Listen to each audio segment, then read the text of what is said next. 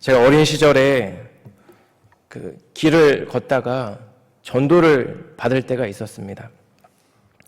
전도하시는 분들을 만날 때 제가 많이 들었던 말 3가지가 이건데요. 예수님 믿으면 천국 가요. 예수님 믿으면 행복해져요.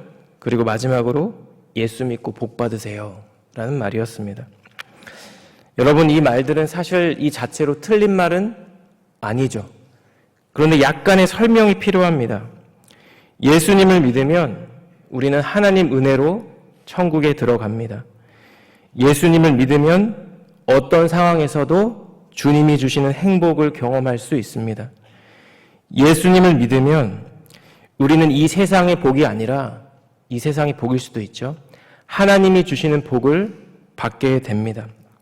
결국 문제는 무엇일까? 어린 시절 저의 마음속에도 성경이 말하는 복과 우리가 생각하는 복이 다를 때가 있구나라는 생각을 할 때가 있었습니다. 예수님을 믿어도 여전히 우리의 삶에는 문제가 있습니다. 예수님을 믿어도 우리는 가까운 가족과 지인과 지체의 죽음을 경험합니다.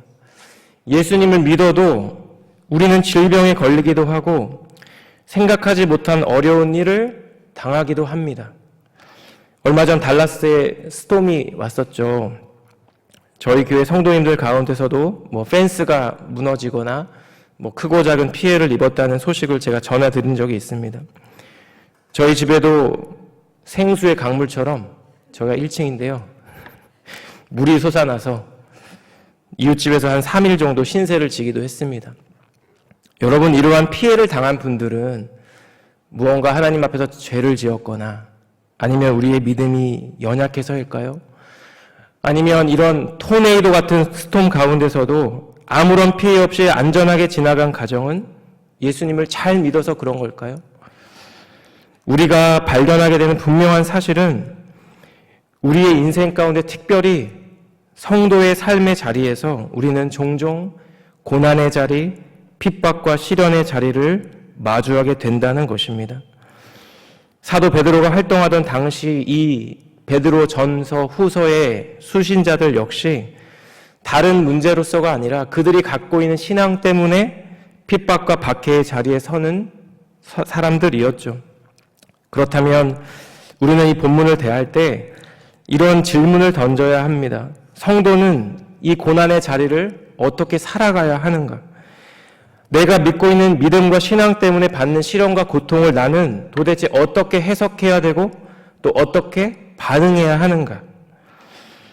오늘 함께 읽은 이 본문의 말씀은 사도 베드로가 그리스도인이 가져야 하는 고난에 대한 2가지 관점을 우리에게 전달합니다. 고난 속에 담겨져 있는 주님의 선하신 뜻과 계획을 발견하라는 것입니다. 이 아침 함께 말씀을 나눌 때 이러한 주님의 뜻이 무엇인지, 주님의 계획이 무엇인지, 우리를 향한 주님의 의도가 무엇인지를 깨닫고 오늘 제가 설교 제목을 나름 야심차게 정했습니다. 고난 속에서도 아름다운 꽃을 피워내는 우리의 인생 되기를 주님의 이름으로 축복합니다. 첫 번째로 시련과 고난의 자리에서도 성도는 즐거워할 수 있다라는 것입니다. 사도 베드로는 12절 말씀을 보시면 이렇게 말하고 있습니다. 사랑하는 자들아, 너희를 연단하려고 오는 불시험을 이상한 일 당하는 것 같이 이상히 여기지 말고, 13절입니다. 오히려 너희가 그리스도의 고난에 참여하는 것으로 즐거워하라. 이는 그의 영광을 나타나실 때에 너희로 즐거워하고 기뻐하게 하려 하심이라. 베드로는 이 편지의 수신자들에게 시험 당하는 것을 이상하게 여기지 말라고 말합니다. 이게 무슨 말이냐 하면 성도들은, 이 당시의 사람들은 시험 당하는 것을 이상하게 생각했었다라는 것이죠. 왜 이상하게 생각했을까요? 예수님을 믿으면 행복해져요. 예수님을 믿으면 복받아요. 라는 그런 잘못된 신앙을 갖고 있었기 때문입니다. 그리스도인은 자신들이 받게 될 고난을 어떻게 생각하고 받아들여야 하나? 놀라운 것은 베드로가 전하는 권면이 단지 시험 당하는 것을 이상하게 여기지 말라는 수준에 머무르지 않는다는 것입니다. 여러분, 최종적으로 베드로가 명령하고 있는 권면은 그리스도인이라면 고난 가운데 즐거워하라고 말씀하고 있습니다. 여러분, 이 베드로의 권면은 너무 부담스럽고 또 너무 충격적입니다. 여러분, 잘 참고 인내하십시오. 이때도 곧 지나갑니다. 이렇게 위로하는 것도 아니고 골로새서 3장 2절 말씀을 인용하며 땅의 것을 생각하지 말고 우리 위의 것을 생각합시다. 이렇게 권면하고 있는 것도 아닙니다. 정면으로 파도처럼 덮쳐오는 그 고난 가운데 즐거워하라고 권면하고 있는 것이죠.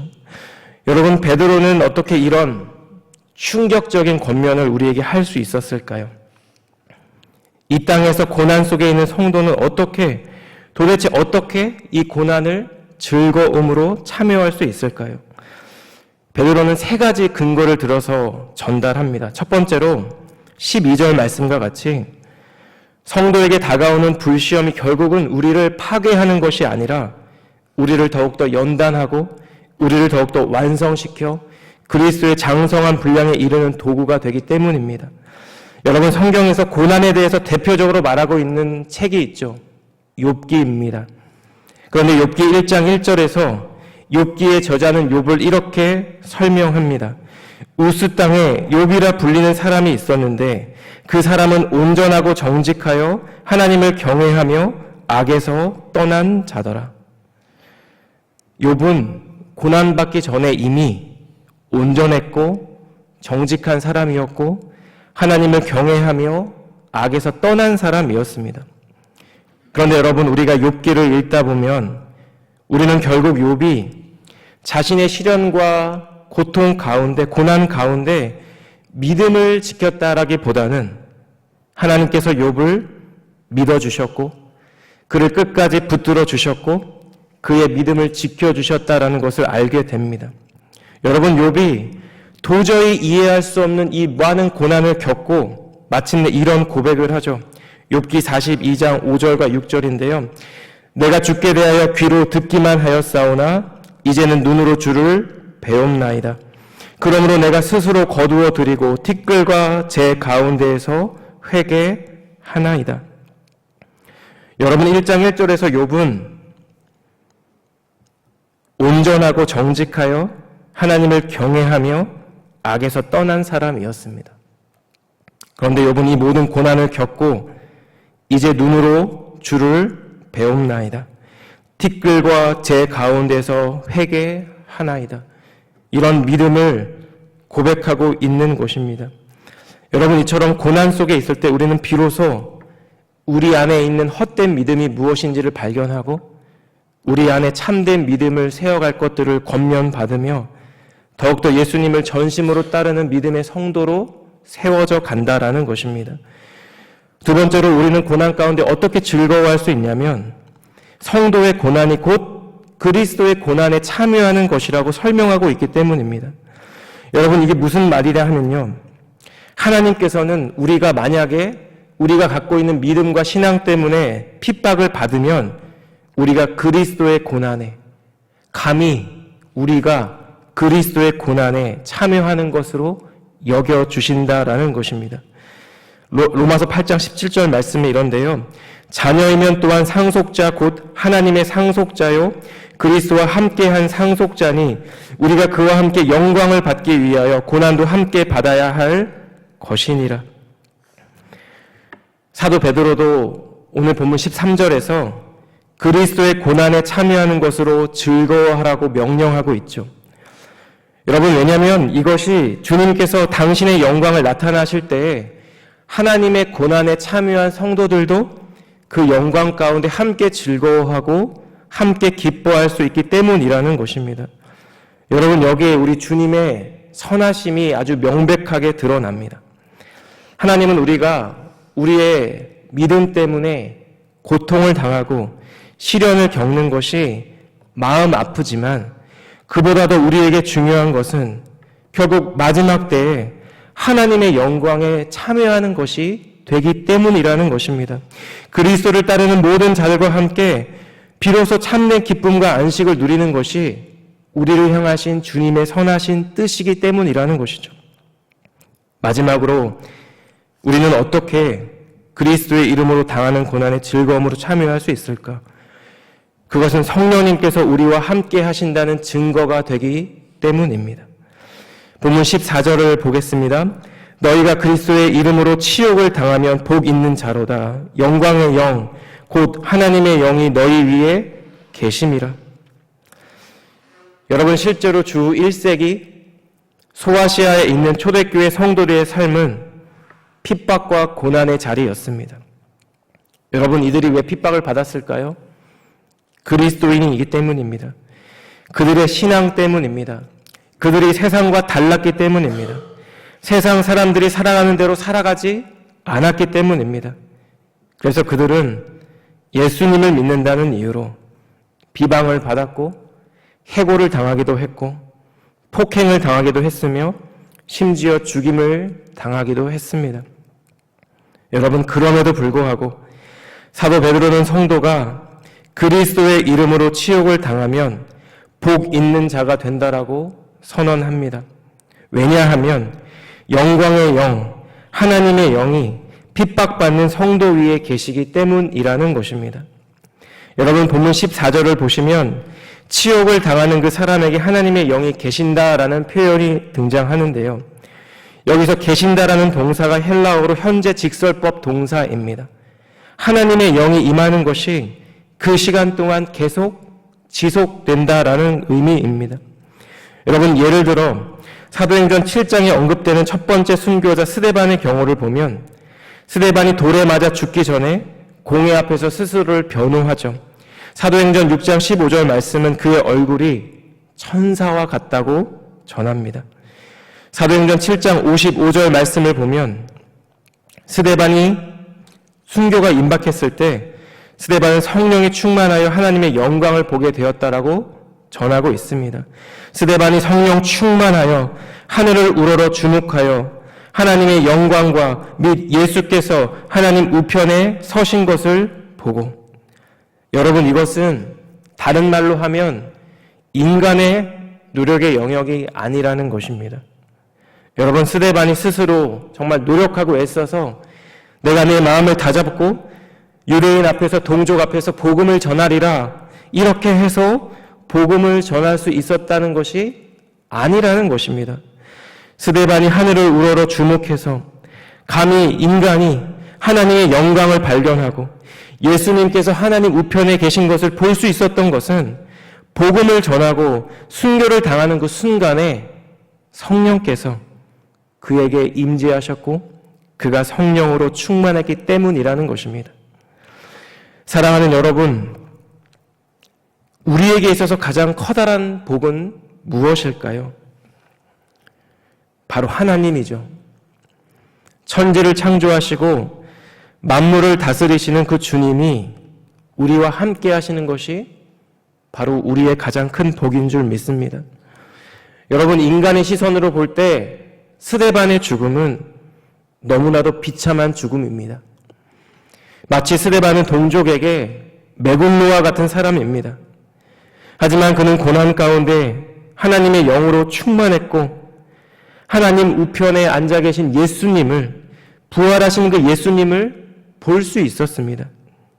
그래서 그는 그의 생의 마지막 순간에 눈에 살기가 가득한 채로 자신을 죽이는 자들을 위해서 주여 이 죄를 그들에게 돌리지 마옵소서.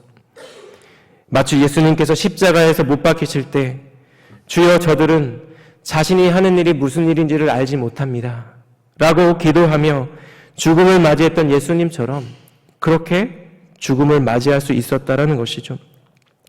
여러분, 그리스도인이라는 이 말, 헬라어로 크리스티아노스라는 말인데요.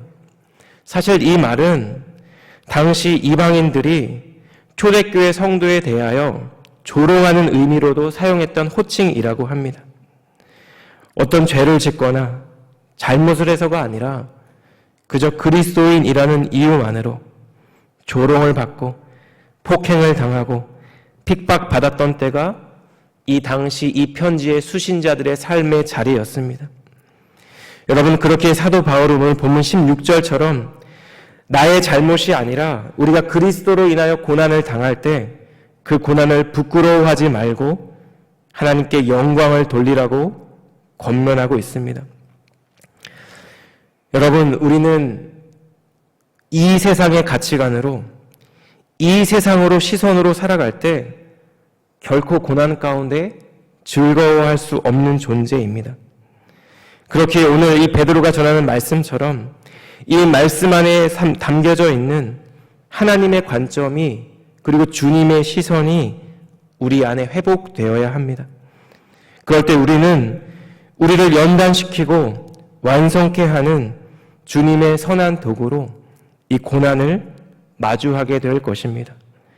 우리가 겪는 고난 가운데 주님의 고난에 함께 참여하는 그 영광을 맛보게 될 것입니다. 그리고 이 모든 과정 가운데 부족하고 연약하지만 우리와 함께 하시는 하나님의 영, 거룩하신 성령으로 주님을 더 깊이 경험하는 귀한 시간들을 경험하게 될 것입니다. 고난 가운데서도 이 세상이 결코 알 수도 없고 줄 수도 없는 주님의 기쁨과 평강 안에서 주님께서 허락하신 성령의 충만한 가운데 더 우리 주님을 사랑하고 그리고 즐거움 가운데 이 고난의 자리를 마주하는 우리 사랑하는 성도님들 되시기를 주님의 이름으로 축복합니다. 두 번째로, 고난 속에서 성도는 결국 하나님을 온전히 바라볼 수 있게 됩니다.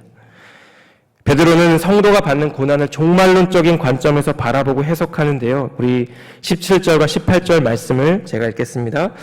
하나님의 집에서 심판을 시작할 때가 되었나니 만일 우리에게 먼저 하면 하나님의 복음을 순종하지 아니하는 자들의 그 마지막은 어떠하며 또 의인이 겨우 구원을 받으면 경건하지 아니한 자와 죄인은 어디에 서리요.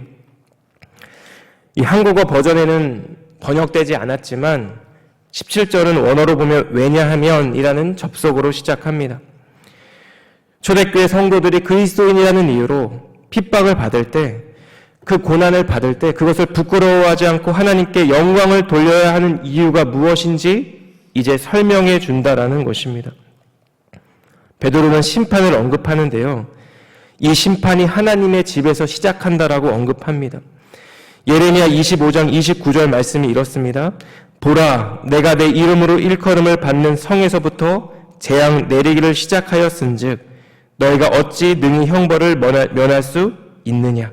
면하지 못하리니 이는 내가 칼을 불러 세상의 모든 주민을 칠 것임이라 하셨다 하라. 만군의 여호와의 말씀입니다. 여러분, 본문에서 말하고 있는 하나님의 집에서 시작하는 심판을 우리는 어떻게 해석해야 할까요? 요한복음 3장 18절 말씀을 따르면 그리스도의 보혈의 공로로 구원받은 성도에게는 심판이 적용되지 않는다라는 말씀이 있습니다. 따라서 본문에서 말하고 있는 이 심판은 멸망에 이르는 죄악에 대한 심판이 아니라 이 세상을 살아가는 성도에게 주어지는 불같은 시험으로서의 심판을 의미할 것입니다. 여러분, 그러니까 이런 의미입니다. 하나님께서 그 사랑하는 성도에게, 자녀에게 불같은 시험과 징계를 내리는 분이라면 마지막 때에 하나님과 원수된 자에게 내리실 심판은 얼마나 엄중한 것인지 생각해 보라는 말씀입니다. 그리고 이러한 진술 끝에 사도 베드로는 고난의 자리에 있었던 소아시아 초대교회 성도들이 결국 어떠한 삶을 살아야 하는지를 이야기하는데요. 우리 19절 마지막 절은 함께 읽겠습니다. 시작. 그러므로 하나님의 뜻대로 고난을 받은 자들은 또한 선을 행하는 가운데 그 영혼을 미쁘신 창조주께 의탁할지어다. 베드로가 전하는 이 권면은 결국 우리의 삶을, 고난과 핍박 가운데 있는 우리의 삶을 미쁘신 창조주께 의탁하라는 것입니다. 신실하신 주님께 우리의 삶을 드리라는 것입니다. 여러분, 그렇다면 우리는 어떻게 하나님을 의탁할 수 있을까요? 결국 우리 안에 필요한 믿음은 이것입니다. 우리의 삶의 자리가 어떠할지라도, 우리가 어떤 상황 가운데 거할지라도 우리의 삶을 신실하신 주님께서 주관하신다는 믿음이 있어야 한다는 것입니다. 여러분, 요한복음 19장에는 빌라도에게 신문을 받는 예수님의 모습이 묘사됩니다. 자신 앞에서 일종의 반역죄로 잡혀온 재판받는 이 예수라는 청년에게 빌라도가 이렇게 말하죠. 요한복음 19장 10절인데요. 빌라도가 이르되 내게 말하지 아니하느냐?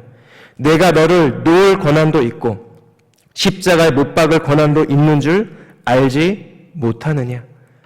그러자 예수님께서 어떻게 대답하셨죠? 11절이 이렇습니다. 예수께서 대답하시되 위에서 주지 아니하셨더라면 나를 해할 권한이 없었으리니 그러므로 나를 내게 넘겨준 자의 죄는 더 크다 하시니라. 결국 성도가 예수님 때문에, 신앙과 믿음 때문에 박해를 당할 때, 고난을 받을 때 반드시 기억해야 하는 것은 이 모든 것이 주님의 섭리 안에 있다라는 믿음이라는 것입니다. 여러분, 요셉을 알지 못하는 새 왕이 애굽에서 일어나서 히브리 민족을 핍박했습니다. 여러분, 그들의 삶의 자리는 너무나도 고통스러웠을 것입니다. 아들을 낳으면 그 갓난 아이가 나일강에 버려지는 것이 그들의 삶의 자리였습니다. 하루 종일 온갖 중노동에 시달리는 것이 그들의 삶이었습니다. 이러한 핍박을 받고 고난을 당하는 유일한 이유는 그들이 히브리 민족이기 때문입니다. 여러분, 그 시절 그 사람들, 아브라함의 하나님, 야곱과 이삭의 하나님을 향해 부르짖었을 것입니다. 그런데 여러분, 이러한 고난과 어려움은 이미 수백 년 전에 그들의 조상 아브라함에게 하신 말씀 가운데 예언된 말씀이죠. 창세기 15장 13절과 14절 말씀을 제가 읽겠습니다. 여호와께서 아브라함에게 이르시되 너는 반드시 알라. 내 자손이 이방에서 객이 되어 그들을 섬기겠고 그들 400년 동안 내 자손을 괴롭히리니 그들이 섬기는 나라를 내가 징벌할지며 그 후에 내 자손이 큰 재물을 이끌고 나오리라. 여러분, 아브라함에게 나타나신 하나님은 그들의 후손이 큰 민족을 이룰 것인데 이방에서 객이 되어 그 이방 민족을 섬길 것이고 무려 400년이나 되는 기간 동안 괴로움을 당하게 될 것이라고 말씀해 주셨습니다. 그리고 그 이방 민족을 심판할 것이며 아브라함의 후손이 그 민족으로부터 해방되어 나올 것이라고 말씀해 주셨습니다. 이렇게 모세와 언약을 세우신 후에 우리가 아는 것처럼 쪼갠 고기 사이를 홀로 지나가신 것이 모세의 아브라함의 언약이죠. 고대 근동에서 있었던 이 언약을 통해 여호와께서 반드시 내가 말한 대로 이 일을 이루겠다라고 약속해 주셨습니다. 여러분, 우리는 도대체 왜 400년이나 되는 기간 동안 이스라엘 민족이 고통을 당해야 하는지 알 수 없습니다. 우리는 왜 우리의 삶의 자리에서 이러한 일이 일어나야 하는지 알 수 없습니다. 우리는 왜 내가 이 일을 겪고 이 일로 인하여 고통을 받아야 하는지도 다 그 이유를 알 수가 없습니다. 그렇기에 그리스도를 따른다는 이유로 고난의 자리에 있는 성도에게 필요한 것은 결국 하나님의 섭리를 신뢰하는 믿음입니다. 믿음의 눈으로 주님을 바라보는 것이고 선하신 주님께 우리의 생명과 우리의 삶을 의탁하는 것입니다. 우리를 위해 이 땅에 육신의 몸을 입고 오셔서 고난당하시고 죽음당하신 주님을 바라보는 것입니다. 우리의 산소망 되시는 부활하신 주님을 바라보고 의탁하는 것입니다. 팀 켈러 목사님이 그의 저서 예수라는 책에서 성육신의 의미를 이렇게 설명합니다. 성육신은 하나님이 고난 당하셨고 예수님이 그 고난을 이겨내셨다는 뜻이다. 여러분, 혹시 우리가 갖고 있는 믿음과 신앙 때문에 고난 가운데 계신 분이 계시는지요? 그리스도인이라는 이유로 핍박을 받으신 적이 있으신지? 믿었던 누군가에게 배신을 당한 적이 있으신지요? 내 신앙, 내 믿음 때문에 외롭고 빈궁한 적이 있으신지요? 아니면 저처럼 그리스도인이기 때문에 앞으로 직면하게 될 이러한 고난과 어려움들이 때로 무섭고 두려운 마음이 있으신지요? 우리를 위해 이 땅에 오셔서 친히 모든 시험을 당하시고 고난 당하신 그 주님께 우리의 영혼을 온전히 의탁하는 믿음이 말씀 앞에 서 있는 저희 모두에게 회복되는 이 아침 되시기를 주님의 이름으로 축복합니다. 그래서 우리의 삶의 모든 자리에서 그 자리가 광야와 같을지라도 핍박과 고난의 자리일지라도 우리를 도우시고 또 우리를 인도하시는 그 신실하신 주님과 동행하는 우리 사랑하는 성도님들 되시기를 예수님 이름으로 간절히 축복합니다.